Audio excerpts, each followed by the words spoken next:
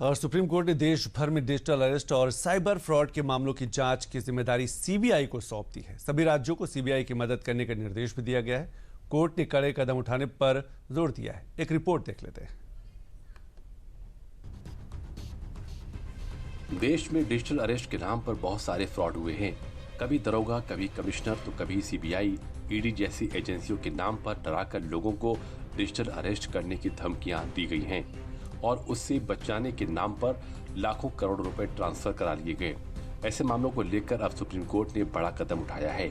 Supreme court ने इस गंभीर साइबर अपराध की जांच की जिम्मेदारी सीधे केंद्रीय जांच ब्यूरो यानी सीबीआई को सौंप दी है और सभी राज्यों को डिजिटल अरेस्ट मामलों की जांच में सीबीआई की मदद करने के निर्देश भी दिए हैं।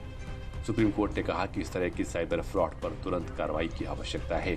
सुप्रीम कोर्ट ने क्या कहा है, आइए जानते हैं। सुप्रीम कोर्ट ने देश भर में हुए डिजिटल फ्रॉड के मामलों की जांच की जिम्मेदारी सीबीआई को सौंप दी है।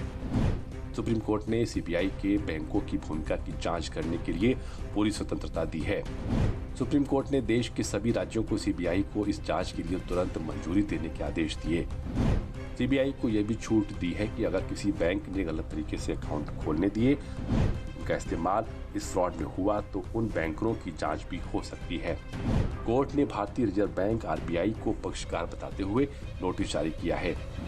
कोर्ट ने पूछा है कि साइबर धोखाधड़ी के मामलों में इस्तेमाल किए गए बैंक खातों को फ्रीज करने के लिए एआई या मशीन लर्निंग तकनीकी का इस्तेमाल क्यों नहीं किया गया।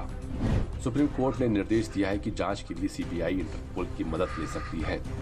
कोर्ट ने दूरसंचार विभाग से कहा कि देश में चल रही टेलीकॉम कंपनियां एक यूजर को कई सिम कार्ड उपलब्ध न कराएं। सुप्रीम कोर्ट ने कहा कि ऐसा करने पर सिम कार्ड्स का उपयोग साइबर अपराधों में हो सकता है।